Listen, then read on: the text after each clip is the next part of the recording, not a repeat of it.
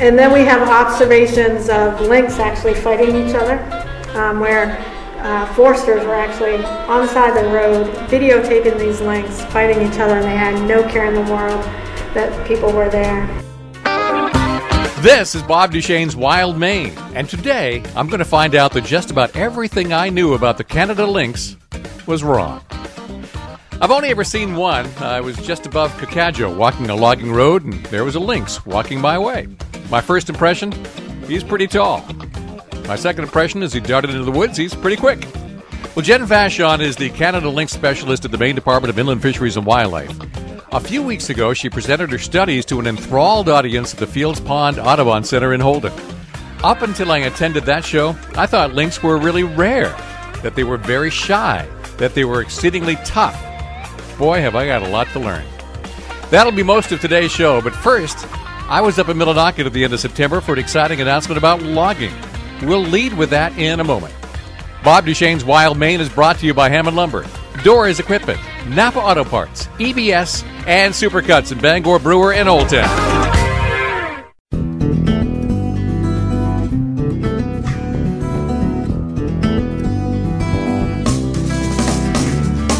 We've had some hard news of late.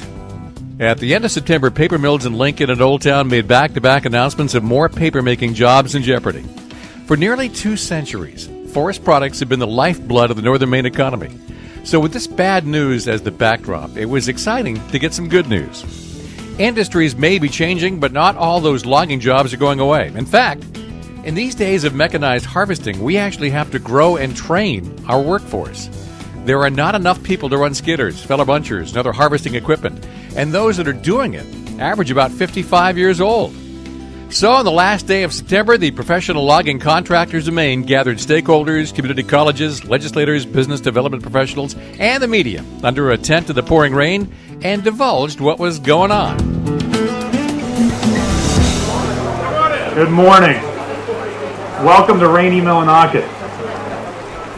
So we're going to get started. My name's Dana Duran. I'm the Executive Director of the Professional Logging Contractors of Maine. I want to welcome you to the rainy confines of Millinocket. Sorry it's not sunny, but we're going to make the best of a great situation. We are basically just some background for some of the folks who aren't here. The Professional Logging Contractors of Maine is a trade association in the state that represents logging contractors throughout Maine. Our contractors employ about 2,500 people and harvest about 75% of all the wood that's harvested in the state. First, I want to thank the Pelletier family. So we're at the storied home of Gerald Pelletier, Danny, Eldon, Rudy, Larry, Gary, Jeff, Wayne, and everybody else in the family that's part of this great logging tradition. There's a lot of history that's here in Millinocket, here on the beginning of the Golden Road, especially with his family. The PLC was started by Gerald Pelletier in 1995. It was also started with the help of Bill Gardner, W.T. Gardner, and by Harold Bouchard. This, in fact, was the first office for our organization, was housed here at Gerald Pelletier. And in fact, the funding for our organization for the first couple of years came directly from those 3 families. So we're indebted to their participation and their part in the logging industry in the state of Maine. This is also the home of the American Loggers Council. The American Loggers Council started at about the same time as the PLC, and Gerald Pelletier offered the ALC, which is the National Organization for Loggers, to be housed here at Gerald Pelletier. So I think it's very appropriate that we're here today to announce this training program, because this is really where our organization started, and the national organization that supports loggers nationwide is here. Dana Doran is Executive Director of the Professional Logging Contractors of Maine. This announcement was months in the planning. And who could have predicted that the timing was either awesomely good or awesomely bad, depending on how you look at it? Because in the 2 days before this shindig in Millinocket, 2 local mills made front-page news. I think we need to kind of talk about the elephant in the room.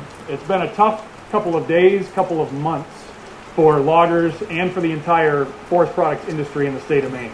Everybody knows what's happened in the last 2 days. We're aware of it.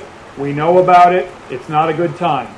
We had other news that occurred in the southern part of the state back in August.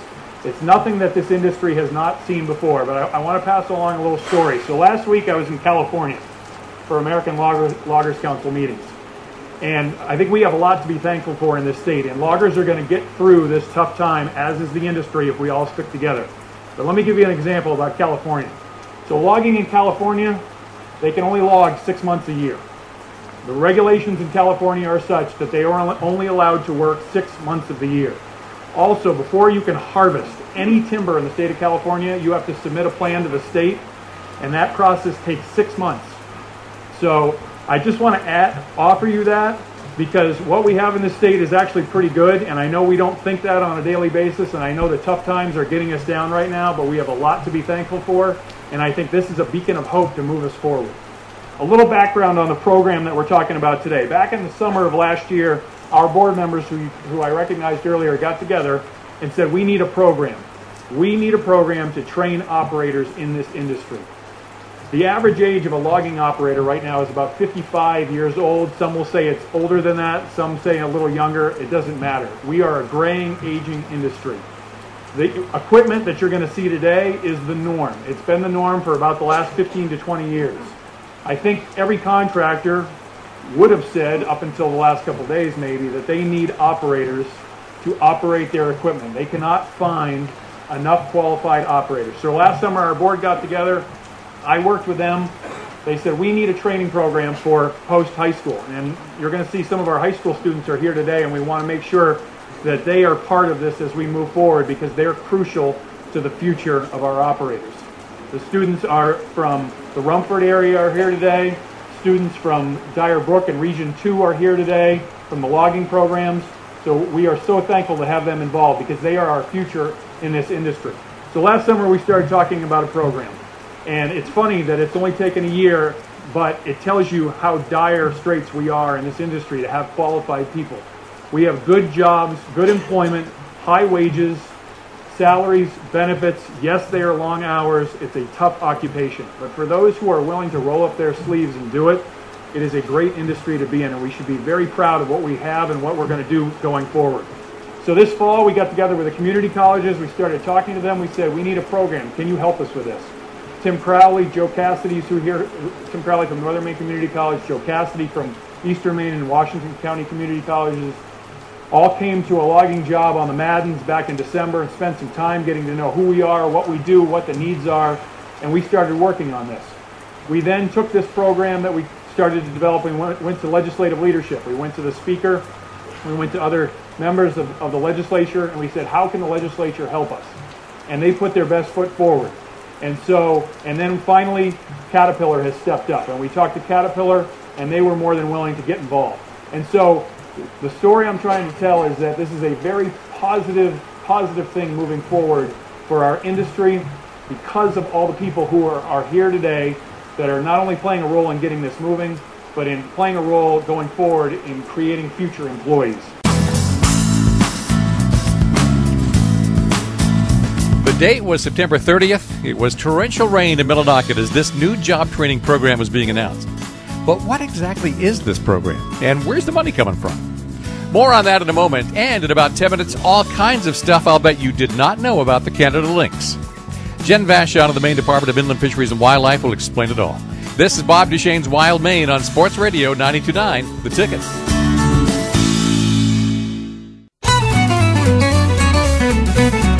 This is Bob Duchesne's Wild Maine on Sports Radio 92.9, The Ticket.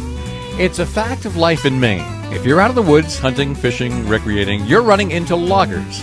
Unfortunately, there aren't enough of them. On a rainy September 30th, the Professional Logging Contractors of Maine announced a new scholarship program to train the next generation of harvest equipment operators. Brian Sowers at Treeline Incorporated in Lincoln is the current president of the Professional Logging Contractors of Maine. Yeah, so, the news isn't good right this week, but you know what? I had a guy in my office this morning talking to me about a whole new opportunity for wood products out of Maine. So you got to understand, what does Maine have? Maine's got the resource, okay? We've got an unbelievable resource that is the envy of many parts of the world, okay? And we've got excellent forest management. We've got great policy, state policy. We can kick butt on the resource side. So that's what will ultimately be our saving grace, because there will be new technologies, there will be new opportunities, Many of these sites that are not operating now will be operating in the future, and new sites will pop up.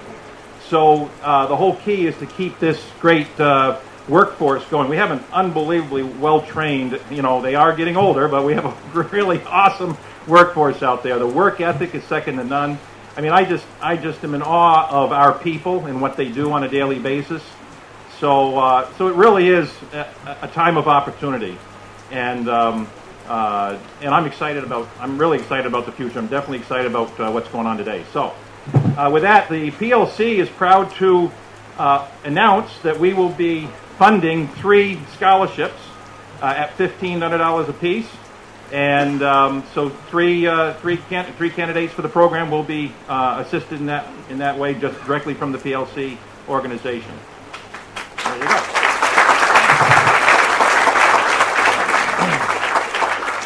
And that's just the beginning.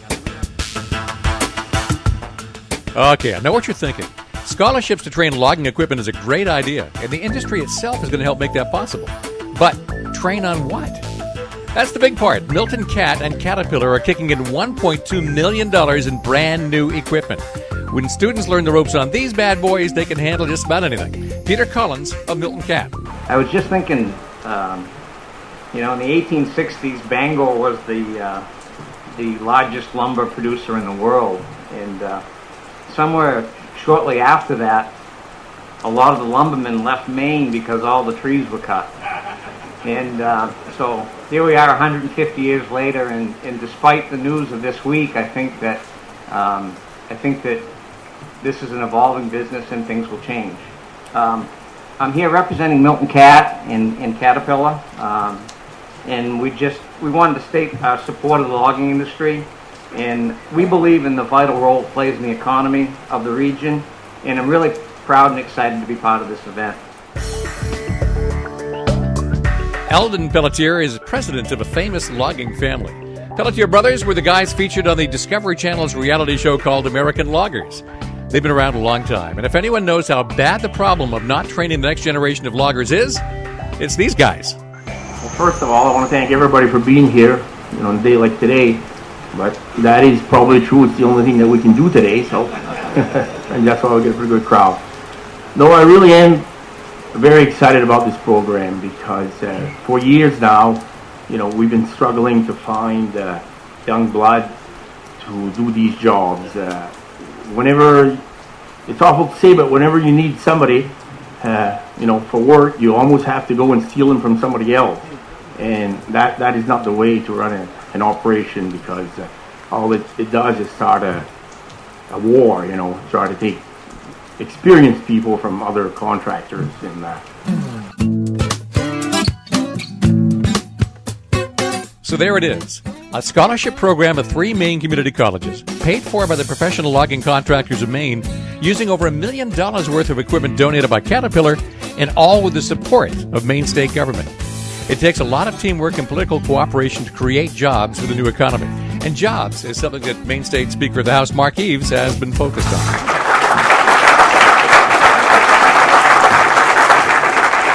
Well, thank you, Dana. And it is not every day you have a nearly 7-foot-tall dude walk through your door and say, I have a great idea. And when that happens, you start to listen.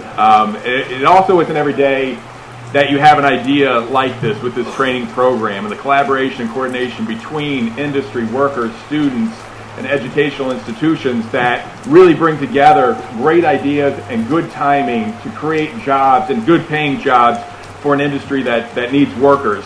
It has been a thrill to be part of this project. We did start out in the southern part of the state at Pratt Whitney with the York County Community College. There were 1,200 jobs that needed to be filled there, the shipyard and 30 other machining shops in York County. We worked with area businesses, municipal leaders. We really took that model on the road. We went to Aroostook. We've been all over the state. We visited Region 9, which was excellent to see the forestry program there and the hands-on training that they get. And we just knew that this was a no-brainer. We knew that this is what the state needs. We knew that this was part of our comeback story here in Maine. It is no surprise that we need more jobs. We need more good-paying jobs. And this program right here represents what I think we need to be focused on. State government can do some things well, and we do other things really awful. This is one thing I think we do really well. It is collaborating, it is convening people, it is working with industry and students and workers to find out what the needs are on the ground. And that is what we have done and gone around the state to identify what those needs are. And a tip of the hat to Senate President Mike Thibodeau, who worked in bipartisan fashion to see this through during a very tough veto-prone session. When the thank yous were done, we all donned hard hats and rain gear and scurried over to where the new equipment was being demonstrated. Now remember, I did say it was raining. A lot. I mean, a really lot. So wouldn't you know it, in order to drag the newly cut wood up to the delimber, the skidder had to come up a steep berm, which turned out to be all mud underneath. It's tough when your skidder gets stuck during a demo in front of the VIPs. After a few tries, the operator used the arm on the rear to boost the skidder out and managed to do it without even letting go of the 4 trees in its grasp. Now that's what I'm talking about. If you ever want to know more about the professional logging contractors of Maine, you can find them at mainloggers.com. Up next, loggers aren't the only ones working hard in the woods. All that harvesting has opened up habitat for a critter that would normally stay north of the border. The Canada lynx is on the increase in Maine, and the Maine Department of Inland Fisheries and Wildlife is charged with figuring out how to manage it. They've been studying it since the 1990s, and what they've learned about it may surprise you as much as it did me. Jen Vachon is up next on Bob Duchesne's Wild Maine. This is Sports Radio 92.9, The Ticket.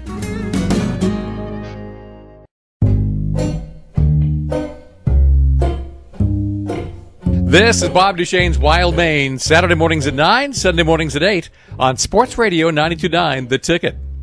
The Canada lynx barely used to exist in Maine, but the forest we have now is not the forest we had 30 years ago. There are more lynx today than in anyone's lifetime, so if they are increasing, why haven't you seen one? Would you even recognize it from a bobcat if you did? Jen Vachon is the Inland Fisheries and Wildlife biologist in charge of studying lynx in Maine. I've always wanted to get her on the show to talk about it, so when she made a presentation to Maine Audubon a few weeks ago, I just crashed the party. Turns out just about everything I thought I knew about the Canada lynx was wrong. So my presentation here this evening will just share with you one of the many species the Department of Biologists work to conserve and protect here in the state. And like any presentation, it's going to probably be just a quick overview of everything that I'd like to say if I had all the time in the world. So I'll probably just hit on ecology, talk about how the population has done historically in the state, how it's doing now, and how we're using that information to conserve and protect them for the future. And so many of you are probably familiar that lynx are a really unique and specialized predator, that they focus on pretty much a single prey species, and that's snowshoe hare. And because they're so specialized on one prey population, it provides both challenges as well as opportunities, and hopefully these future slides will show what I mean by that. But so because lynx subsist primarily on snowshoe hare, they have these really interesting cyclic responses to each other. And so when snowshoe hare are abundant, lynx are abundant. When snowshoe hare decline, lynx will decline shortly behind them. And this is information from Hudson Bay Fur Company that shows that our lynx when snowshoe hare peak, it takes a couple of years for them to peak. And then once they peak, they stay there for a few years at a high. Then they go through a declining phase, and then they stay at some low phase for a few years, and the lynx follow right behind them. Snowshoe hares are very well adapted to living in deep snow environments. And like snowshoe hare, lynx have these large, well-furred feet that provide them the opportunity to float in deep snow and live in those same environments. So because lynx and snowshoe hare do really well in deep snow environments, they're found primarily in Canada and Alaska. Here in the lower 48, we're at the edge of their range, where boreal spruce fir forest transitions to hardwood forest, and winters are less severe. And so lynx were historically found in 14 states across the U.S. Because a lot of different predators eat snowshoe hare seek out dense young forest for cover from predators. But this young forest also provides them with easy access to browse as they browse on hardwood vegetation and other shrubs in the lower understory. Because lynx eat snowshoe hare, they're found in the same types of habitats that snowshoe hare are in, and often mature and dense spruce fir forest associated with the understory of a mature forest. But they also do really well in disturbed landscapes. Some of the most common disturbed landscapes in northern Maine currently are these areas impacted by the budworm that were clear cut. And so we got extensive areas of this young, dense spruce fir forest.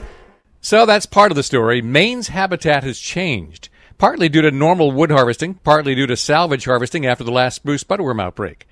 We're seeing roughly the same story play out with the rapid increase in the bear population and the decrease in deer up north. A young, thicker forest tips the advantage to some species over others. But if it's so thick, how can we study lynx? They're like us. They're a visual predator. So if they're in front of a sea of thick spruce fir, they're going to pick the easiest route. And I think part of it is because they're relying on their eyes to hunt and find prey. So it makes it easy when you're following them. They're not going through the hardest stuff. They're going through the easiest stuff. So there's always been a lot of question about, what about old growth forest and what can that do to produce habitat for lynx? And so if we look back to pre-settlement forest, most of our forest here in Maine was mostly older mixed wood forest, and only 10% of the landscape really was young forest.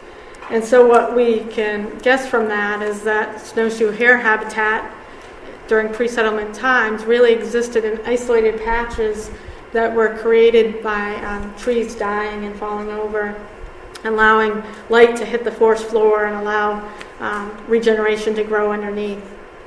So it was probably much more patchy than what you would see with a really disturbed landscape. Then European settlement came about, and throughout New England, European settlers were clearing extensive areas of forest for farming. Fortunately, here in Maine, that really happened in southern and central Maine and not really in northern Maine. So what really altered the northern pre-settlement forest was the abundance of pine and spruce that led to extensive logging. By 1850, most of Maine's forest had been cut at least once. And that really set that past management really set the stage for the forest conditions that we see currently in northern Maine.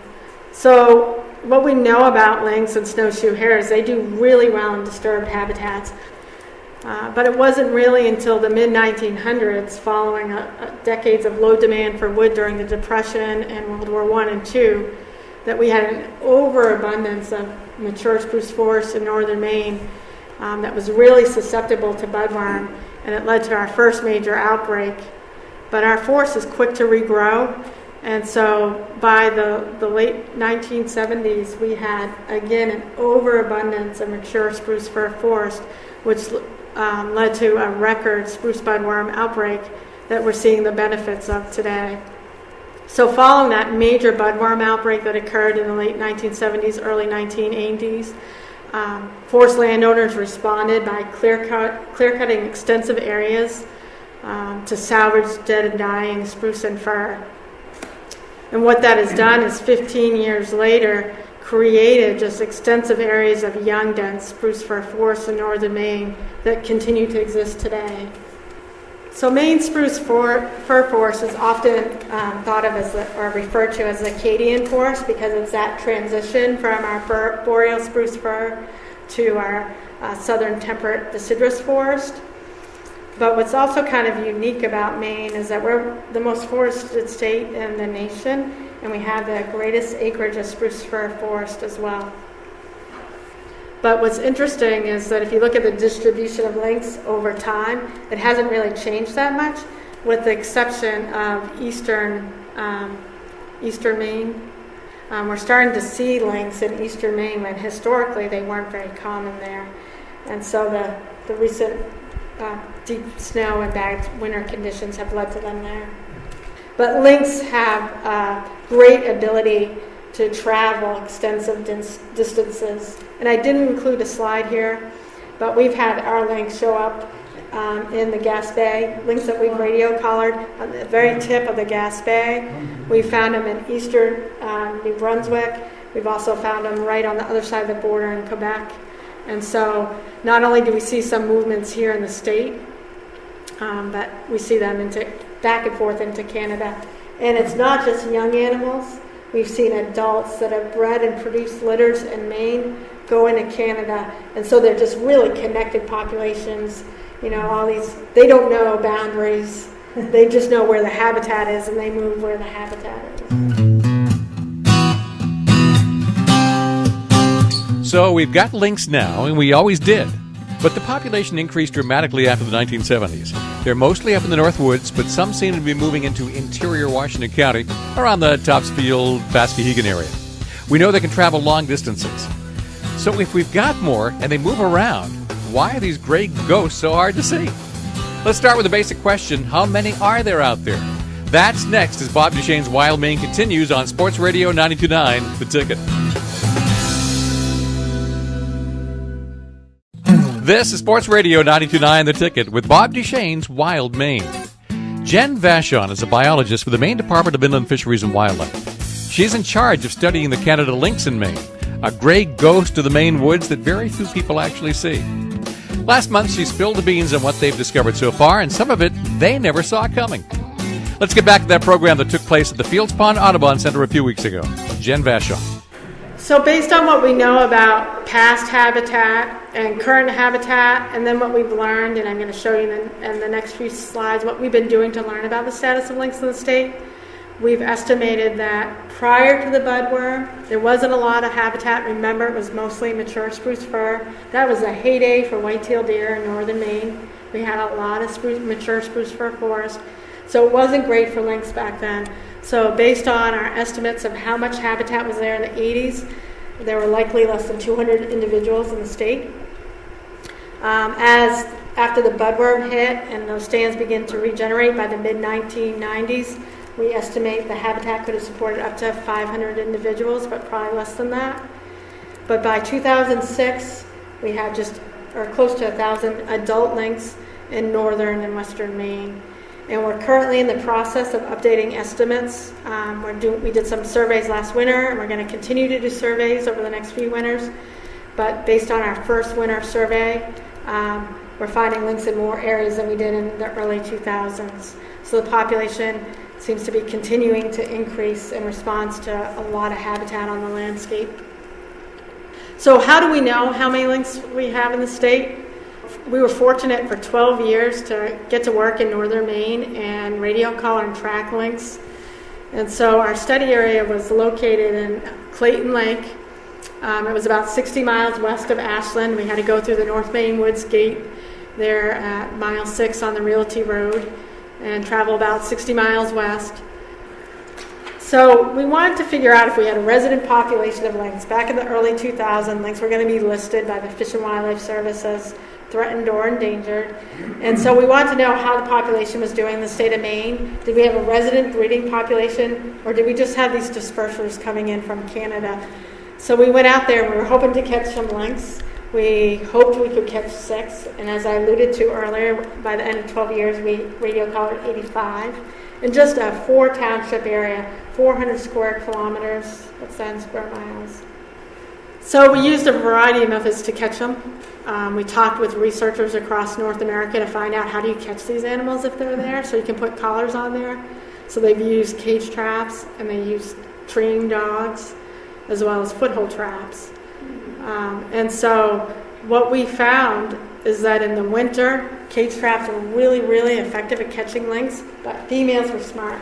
If you caught them in a cage trap, you would never catch them again in a cage trap. So foothold traps turned out to be really effective, particularly when we wanted to recapture our females and put a new collar on them or collect data from the collar they were wearing. And then hounds were just really logistically challenged to getting hounds up to that remote part of the state when we needed them, when we had the snow conditions. But we did capture 1 lynx using hounds. So then what we do once we capture the animal, we sedate them and we cover up their eyes, so it's got a cover over its eye, because they don't blink when they're sedated, and we want to keep their eyes moist and keep the sun from, they can't blink and close their eyes. So once we have the animal in hand, we examine it and see how it's doing. Look at those feet, amazing, right? Just absolutely amazing. And then we wanted to mark them with ear tags and radio collars and see how they were doing over time. And so we could check out these cats and equip them with radio collars. And over the 12 years of the study, we just saw technology improve from where we used the traditional VHF collars where we had to go out and locate them from the ground or from the air to having real-time data from GPS and satellites. And so the technology continued to advance as we did our work. So then once they're they got beautiful jewelry, they got ear tags in their ears, they got this radio collar on, and we identified them as male or female, weighed them, see how healthy they are, we take blood, we let them go. Jen Vashon of Maine Inland Fisheries and Wildlife is telling us about trapping and collaring lynx. The foothold traps she's talking about are humane and gentle. You can stick your own hand in one. These work really well, especially because when the department uses baited cage traps in the spring, the bears just rip them up. Now, the first and only ever time I saw a lynx, I first thought it was a bobcat. How do you tell them apart? A lynx has this really completely black tip tail. It looks like you dipped it in a can of paint. They've got these large, well-furred feet, and they're the same color as the rest of the body. They've got really long ear tufts, and their pelt really doesn't change much. It's pretty much the same coat. And even though they have a little bit of white underneath their throat, it's not the same as a bobcat, and they have these beautiful facial ruffs that are edged in black. An adult female will weigh about 20 pounds, and an adult male will weigh about 30. And by the end of their first year, they weigh about 10 pounds. And by their second year, they're 15 to 17 pounds. So they grow really quick, and they're able to reproduce very quickly as early as their first year, but most of them between 2 and 3 years of age. So once they've got this beautiful radio collar on, as I said, in the early years, we used standard telemetry techniques, and we used a pilot to locate them from the air. And so Jack McPhee was a really well-known retired game warden and pilot. And so he really learned quite a bit because he had this super cub. He was able to follow and track them, and a super cub goes really slow, and he could fly right at tree level, and in the winter they stuck out, and he could actually watch and observe them. And so I think Jack knew more about lynx from his observations from an aircraft than we ever learned from the ground. And then, of course, we did work with telemetry from the ground, locating their signals. And by putting a radio collar on them, we can learn how much area they used, what habitats were important. If they needed a large area, it's indicative that the habitat quality is really poor, and they need to live in a larger area to find what they need to survive. And then if they're in really great places, they're going to have a small home range. And we found our lynx have very small home ranges in Maine. We could have about 3 lynx in a 50 square kilometer area, about half a township in northern Maine. And that's a male and several females, plus their offspring. So then in the summer, setting cage traps, bears love cage traps.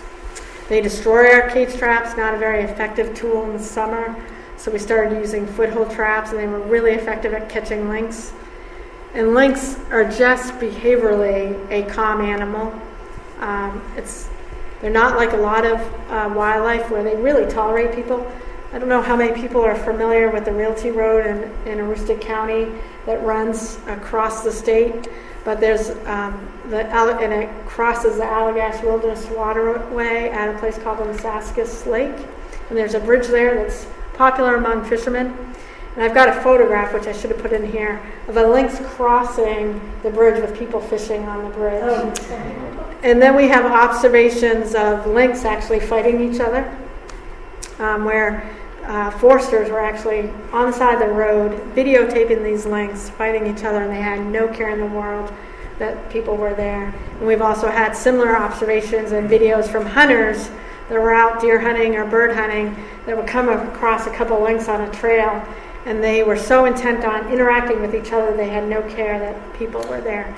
So behaviorally, they're just a very calm animal, and so actually catching them in foothold traps really shows really no negative effects to lynx. They're just very calm in traps.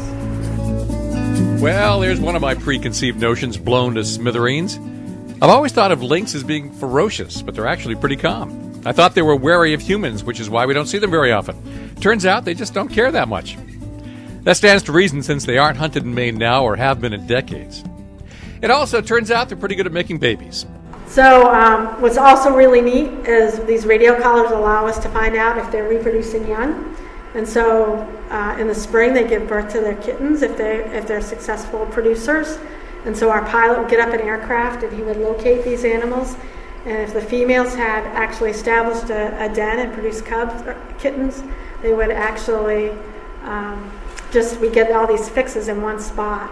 So our pilot would start seeing these females in one area in May.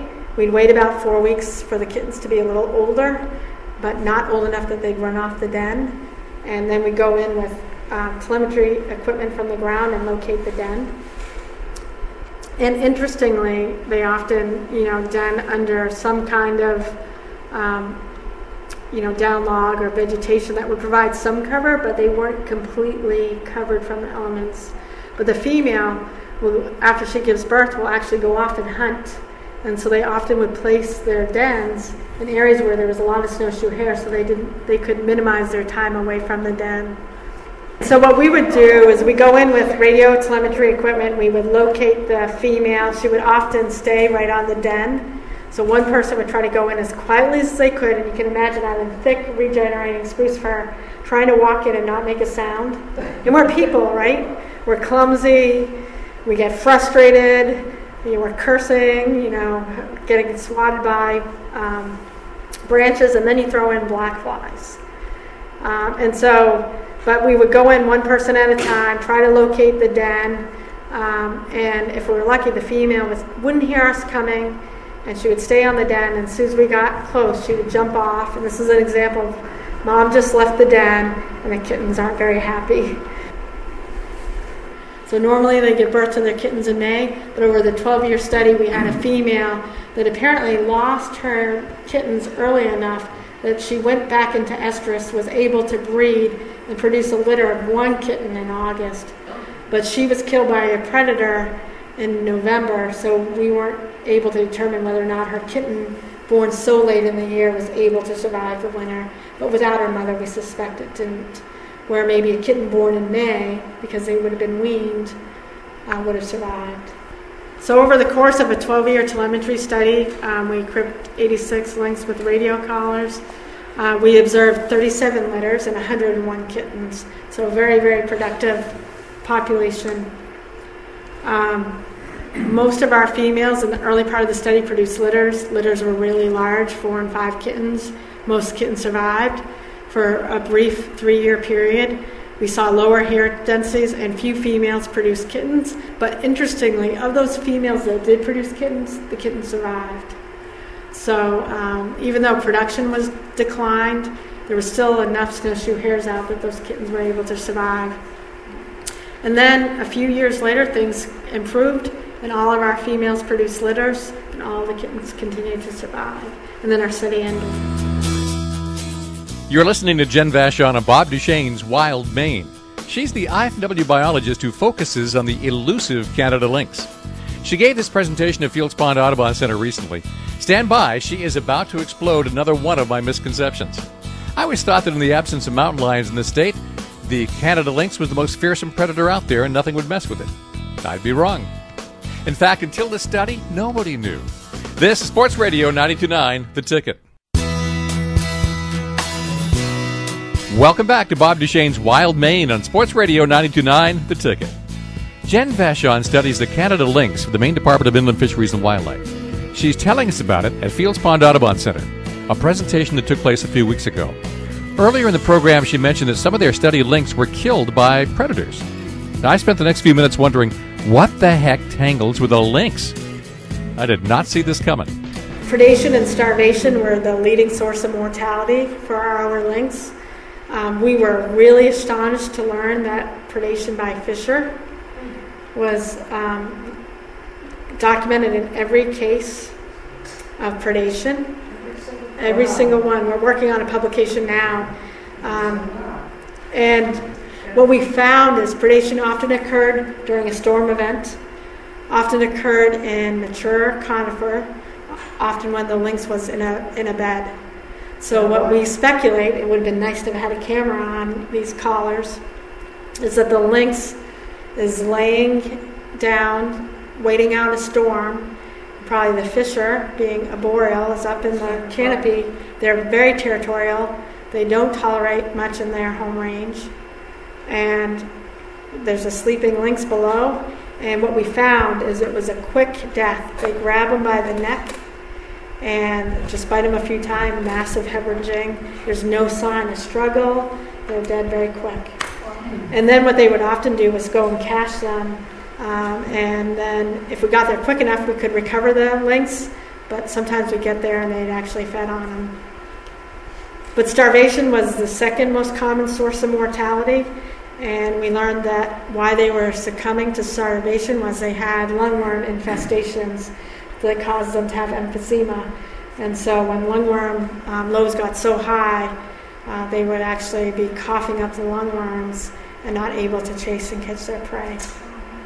So we're interested to learn if that's maybe an edge of range phenomena, because as I mentioned earlier, we're at the edge of their geographic range. We have more warm climates, maybe higher parasite levels than you would see in the core, or is this something that is just as prevalent in Canada and Alaska? So we're just starting to explore that. Because we have all the carcasses of these animals, and we can work with our counterparts in other areas to see if they're seeing this as well.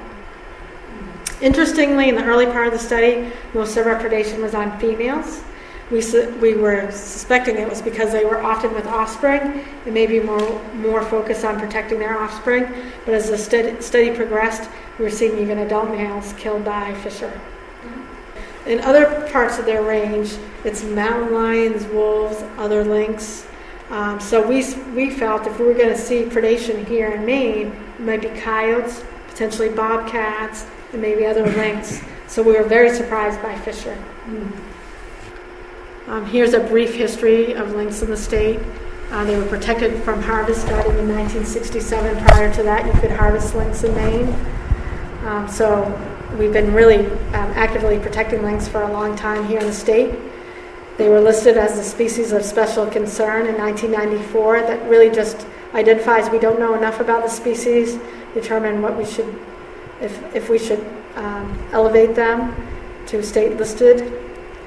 So we need to collect more information. 2000, the Fish and Wildlife Service listed them as threatened under the U.S. Endangered Species Act, but we have not listed them under the Maine Endangered Species Act. So they're federally listed, but they're not listed under the Maine Endangered Species Act, and that's because they do not meet state listing criteria here in Maine. Because we have more than 500 animals in the state, the population is increasing. They're not endemic to Maine, and they're not isolated here in Maine. So what have we learned? Lynx are a northern species. They're a prey specialist. They need habitat that supports hair. They do really well in disturbed landscapes, both natural and anthropogenic. We're at the edge of their range here in Maine, but Maine is unique in that we have large undeveloped forest that provides a lot of habitat for lynx. And based on recent disturbance, we're at what appears to be a population high. And as that forest continues to mature after the budworm, we expect the population will decline, but the opportunity to manage our forest to maintain lynx is there, working with forest landowners. And so, if you recall, I showed you a picture of a lynx earlier, and you can see the completely black tip tail. A bobcat's tail is going to be black, but cats typically flick their tail up. And so when they flick their tail up, you can see that the back of a bobcat tail is white. Another interesting feature is that a bobcat has really dark coloring on the back of their leg, where a lynx does not. And then their coat color is much more variable than a lynx. Size-wise, lynx will stand much taller. Lynx is going to stand about as tall as a coyote. Bobcats are going to be shorter and stockier, but they're going to outweigh a lynx. So a male bobcat, we've seen them as up into their 60s, 60-pound range in Maine, but in general they're in the 30, 40-pound range. Big male bobcats. If you skin out a lynx, they're just meat and bones. I mean, just unbelievable. And I think part of that helps give them that flotation ability because there's just not a lot of mass. And boy, I didn't see that one coming either. When I saw a lynx a few years ago, I was struck by how big it was, taller than a bobcat. All these years I've been thinking a lynx could take out a bobcat with one paw tied behind its back. Turns out the bobcat is a heftier critter and outweighs the lynx by 50% or more. Thanks to Jen Vachon for the presentation of Maine Audubon a few weeks ago. Now I'm wondering what else I'm completely wrong about. Maybe we'll find out next week. Bob Duchesne's Wild Maine airs every Saturday morning at 9 and Sunday morning at 8, and it's online afterwards at 929theticket.com. The show is brought to you by Hammond Lumber, Doors Equipment, Napa Auto Parts, EBS, and Supercuts in Bangor, Brewer, and Old Town. This is Sports Radio 92.9 The Ticket.